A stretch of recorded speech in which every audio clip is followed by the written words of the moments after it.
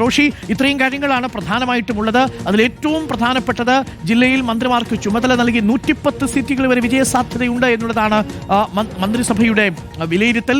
ഏറ്റവും പ്രധാനപ്പെട്ടത് അതിൽ വികസന നേട്ടങ്ങൾ ജനങ്ങളിലേക്ക് എത്തിക്കാൻ വേണ്ടിയിട്ടുള്ള പ്രചരണം തുടങ്ങണം. ആ പ്രചരണം ശക്തമാക്കാൻ വേണ്ടി ജില്ലാ അടിസ്ഥാനത്തിൽ തന്നെ മന്ത്രിമാർക്ക് ചുമതല നൽകുന്നു എന്നുള്ളതാണ്. എന്തൊക്കെയാണ് കൂടുതൽ വിശദാംശങ്ങൾ റോഷി?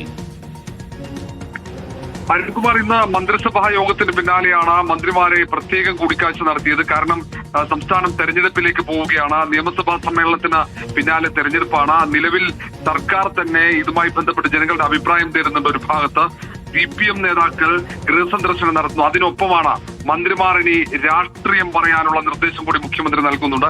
ഒന്ന്, വികസന നേട്ടങ്ങൾ ഉയർത്തിക്കാട്ടുന്നു. അതിനപ്പുറത്തേക്ക് ഏറ്റവും പ്രധാനപ്പെട്ടത് രാജ്യത്തെ ഏക ഇടതുപക്ഷ സർക്കാരാണ് കേരളത്തിലേത്. വർഗീയ ഫാസിസത്തിനെതിരെ രാജ്യത്ത് പൊരുതുന്ന ഇടതുപക്ഷം.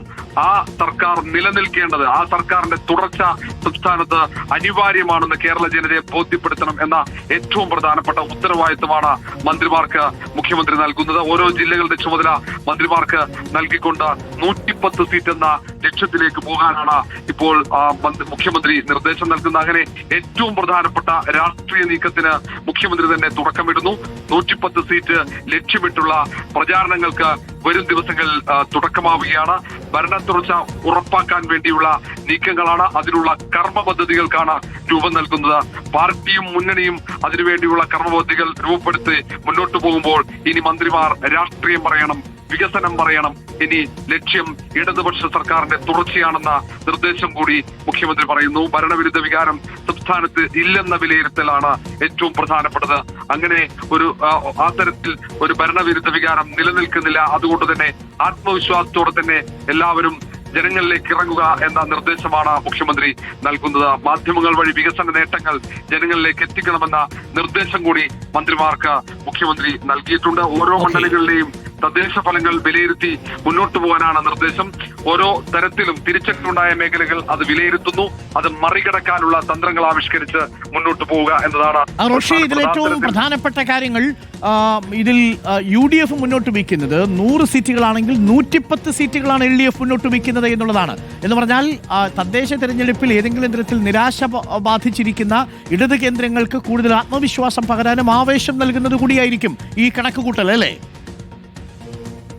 സ്വാഭാവികമാണ്. കാരണം തദ്ദേശ തെരഞ്ഞെടുപ്പിൽ അപ്രതീക്ഷിതമായ തിരിച്ചടിയിൽ പെട്ടെന്ന് നിശബ്ദമായ ഇടതുപക്ഷ പ്രവർത്തകർക്ക് ആത്മവിശ്വാസം പകരുന്ന തരത്തിലുള്ള നിർദ്ദേശങ്ങളാണ് മുഖ്യമന്ത്രി മുന്നോട്ട് വയ്ക്കുന്നത്. അതിൽ 100 എന്ന് UDF പറയുമ്പോൾ 110 സീറ്റ് LDF നേടുമെന്ന ഉറച്ച ആത്മവിശ്വാസത്തോടെ മുഖ്യമന്ത്രി തന്നെ മന്ത്രിമാർക്ക് നിർദ്ദേശം നൽകുകയാണ്. ലക്ഷ്യം 110 അങ്ങനെ 110 എന്ന ലക്ഷ്യത്തിലേക്കാണ് LDFന്റെ യാത്ര. അതിന് തുടക്കമാകുന്നു. അതിന് എന്തൊക്കെ കാര്യങ്ങൾ, എന്തൊക്കെ രാഷ്ട്രീയ അജണ്ടയാണ് വരും ദിവസങ്ങളിൽ കേരളത്തിലെ ജനങ്ങൾക്ക് മുന്നിൽ ഇടതുപക്ഷം ചർച്ച ചെയ്യേണ്ടതെന്ന് കൃത്യമായ നിർദ്ദേശം, കൃത്യമായ രൂപം നൽകിക്കൊണ്ട് തന്നെയാണ് മുന്നോട്ട് പോകുന്നത്. മുഖ്യമന്ത്രി ആ കാര്യങ്ങൾ കൃത്യമായി പരിശോധിച്ച് പറഞ്ഞു കഴിഞ്ഞു. വികസന നേട്ടങ്ങൾ, രാഷ്ട്രീയം എല്ലാം പറഞ്ഞ് ജനങ്ങളിലേക്ക് ഇറങ്ങുക. കാരണം ആത്മവിശ്വാസമുണ്ട് ഇടതുപക്ഷത്തിന്, മുഖ്യമന്ത്രിക്ക് ആത്മവിശ്വാസമുണ്ട് എന്നാണ് ഈ കൂടിക്കാഴ്ചയും മന്ത്രിമാർക്ക് നൽകിയ നിർദ്ദേശങ്ങളിലൂടെ മനസ്സിലാകുന്നത്.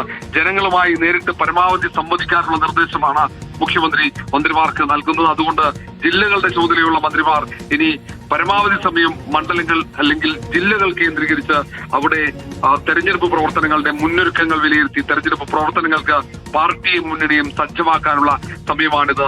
ഇനി ഏറ്റവും പ്രധാനപ്പെട്ട മണിക്കൂറുകളാണ്, ദിവസങ്ങളാണെന്ന കൃത്യമായ സന്ദേശം മന്ത്രിമാർക്കും LDFനും മുഖ്യമന്ത്രി നൽകി കഴിഞ്ഞു. അരുൺകുമാർ. Thank you. റോഷി പാലും സായ്കുമാറുമാണ് വിവരങ്ങൾ നൽകിയത്. ശ്രദ്ധേയമായ നീക്കമാണ്. 110 സീറ്റുകൾ പിടിക്കാൻ LDF ഒരുങ്ങുന്നു.